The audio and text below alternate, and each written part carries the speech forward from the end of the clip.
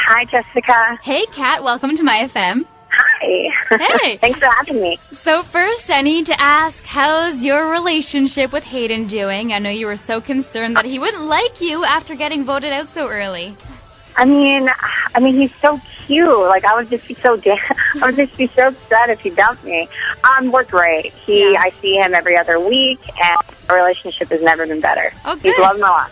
Why were you so worried, though? I mean, I was kind of disappointed, like my boyfriend, one big brother, he is an incredible social player, and he's a genuine man, very southern, very solid guy, and here I am come strolling into the duel just like with my head down, like, oh, hey, sorry about this. I don't want you to have to go home and tell all your guy friends that, your girlfriend doesn't make them merge. Like, it's awful. Oh, I'm sure he wouldn't be like that. So you and Hayden, you arrived on the island in hopes that you'd play together, and then Jeff gave the news that you'd be playing against each other. How disappointing was that to hear?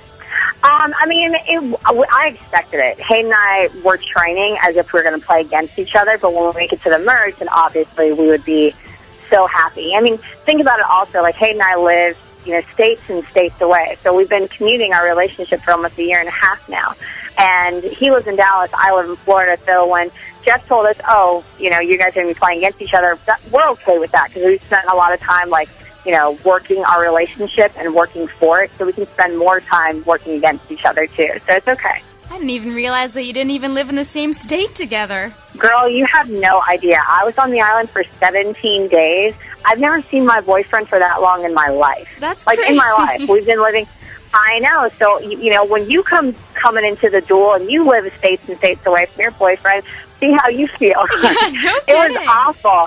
Yeah. It's like the ideal relationship that every young girl would be going through, that they're crazy in love with their boyfriend, but they live states apart. They don't know what they're thinking. I haven't spoke to him. This is the longest time I've ever seen him.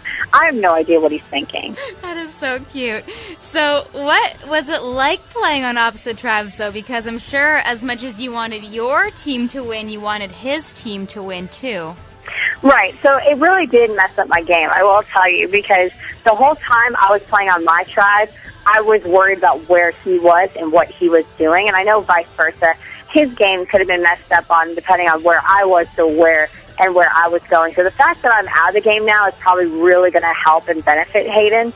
But it was a little bit difficult just knowing that no matter how many times we won as a tribe, Hayden would be going to tribal council, but he's a stud, and I knew he would be fine. Yeah.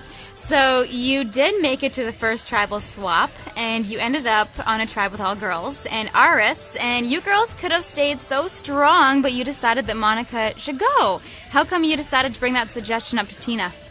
So that's the thing. So ideally, I don't know how this honestly happened, because me and Monica had some trust issues when Colton was in the game, so I think that's where it all stemmed from.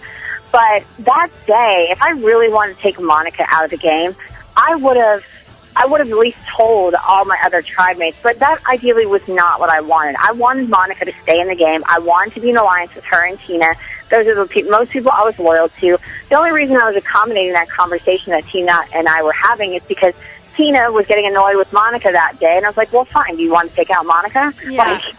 What was I supposed to say? I was just trying to accommodate Tina just for her to understand that I'm on the same side with her, because Tina was someone that I trusted the most because Monica was hanging out with Colton so much during the game. So that's what really frustrated me, because Tina threw me right under the bus right before tribal council. And I'm like, thanks, Tina. High five. Yeah. But it was so sad watching you at tribal council, because you would have done anything to stay in the game. Oh, yeah, no, and that's the thing. Think about it this way. When I'm coming to tribal council, what would you rather do? If I knew I was going home and my loved one was not in the game, I would have been like, hey, Vetus, why don't you check yourself? Monica, Vetus wrote your husband's name down. You want to talk about trust? She took the love of your life's name. She took your love of your life out of the game. Are you kidding? Why are you going to have a problem with me? Sorry that I brought up your name. I was just accommodating Tina's conversation. Tina was telling me how much that you annoy her. I should have blew them both out the tribal, but instead I cried about it. And you know what? No one's going to hurt Hayden if I'm crying at tribal council, but they would hurt Hayden during the merge if I would have screamed at these people. So essentially it was a strategic mess, but it was my strategic mess. You were just looking out for your man, weren't you? I'm looking out for my man. That's what I do. So, Kat, this was your second time playing, and what kind of knowledge did you bring from the game from last season into this season?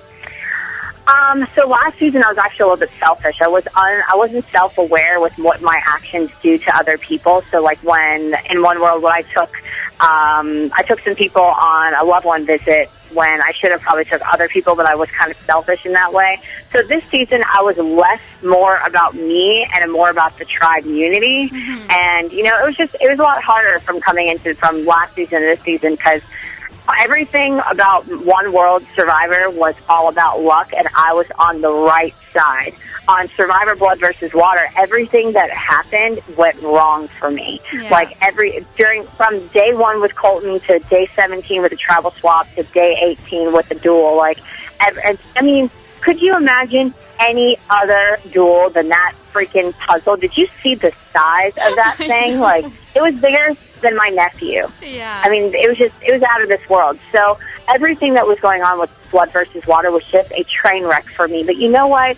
If God says it's going to be a train wreck for Kat, then maybe it's going to bless my man, and hopefully he'll do incredible. And maybe if you go on for a third time, you'll have some better luck. I know. So we're hoping to either go on a third time or we'll do race together, and we'll see who really is a good team. There we go. That'd be pretty exciting to watch. Well, we're cheering for you, man, Kat. Sorry that you couldn't last longer in the game. And thanks for joining me today on myFM. Thank you. Have a nice day. Thanks, you too. Bye-bye.